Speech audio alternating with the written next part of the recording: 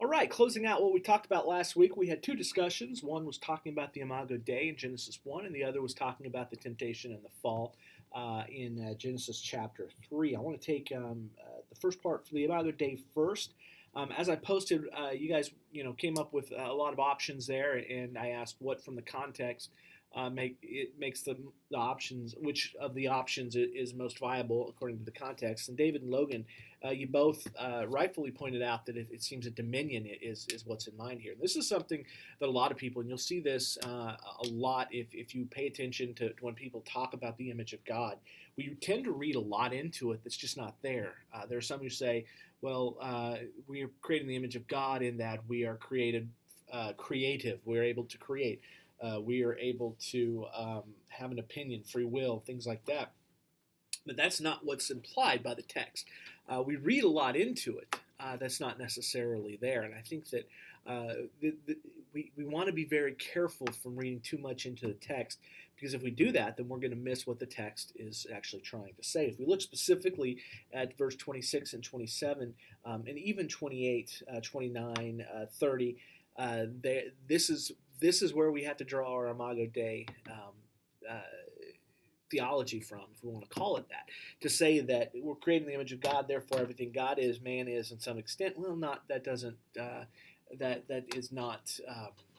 just doesn't follow through, because God is perfect and man is certainly not that. God said, let us make man in our own image, according to our likeness. Let them rule over the fish of the seas, and over the birds of the sky, and over the cattle, and over all the earth, and over every creeping thing on the earth. So right away we have the word rule right there, right there. It says, let us make them in an image and let them rule. So the immediate context is very suggestive that ruling is in mind.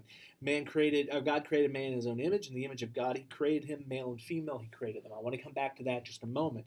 God blessed them, and God said to them, be fruitful and multiply, and fill the earth and subdue it, and rule over the fish of the sky, and over the birds of the sky, and over every living thing that moves on earth. Behold, I have given you every plant yielding seed, every tree which was a fruit yielding seed, it shall be food for you, and to every beast of the earth, and to every bird of the sky, and which life giving you I have given every green plant for food, so on and so forth. So what we have is, in 26 we have rule, in 28 we have subdue the earth, rule over it. I have given you, in verse 29. The context is dripping with that of dominion and rule. So it seems that the idea of ruling is in mind here. And it fits the ancient Near Eastern context, in which a king would signify his own dominion over an area by installing a statue of himself, an image of himself that signifies that king's rule. So we, as the image of God, humanity, is a sign over creation of God's own sovereignty over creation. We are a living sign of that, and in that sense, we are given rule over the earth under God, but higher over, as the Psalms put it, a little lower than the angels, but higher than the created things. We are. That is what our job is, or what our role is as the image of God. We are image bearers of God, and that we represent His sovereignty, His sovereign rule over all creation. And so we could be called co-regents, maybe.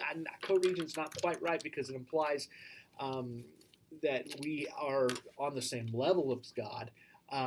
But maybe vice regents, a little bit better, in that we are just below him. And that's what's in mind there. It fits the ancient Near Eastern context, and as the immediate context it shows, it fits that the literary context as well. Now, I do want to go back to one thing.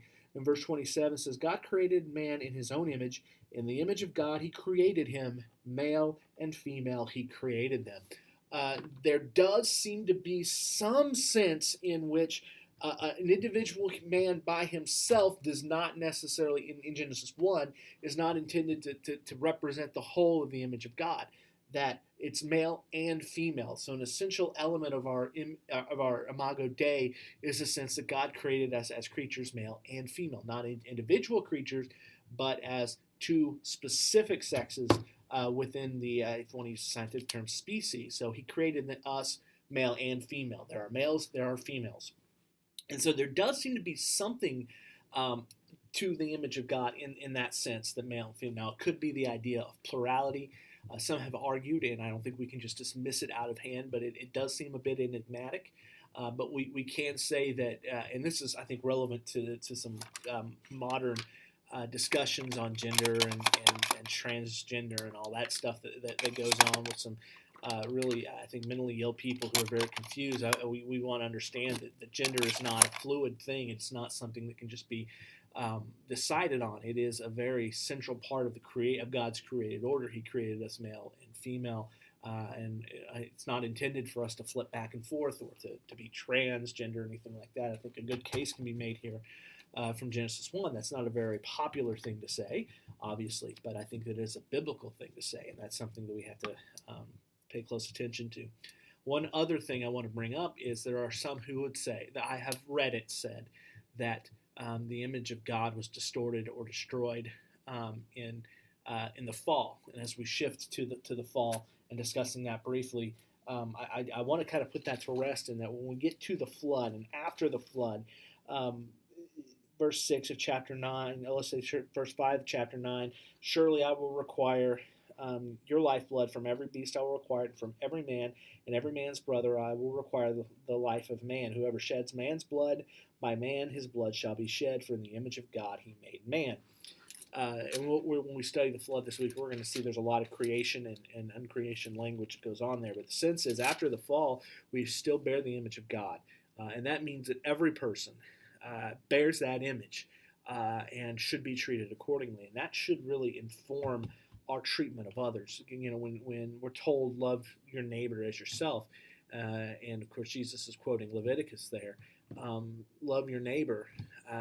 It's because our neighbor, all men, all women, are created in the image of God, and they bear that image. And as image bearers, there is an inherent intrinsic value to their life that is explicitly discussed and explained in the text, and we can't ignore that.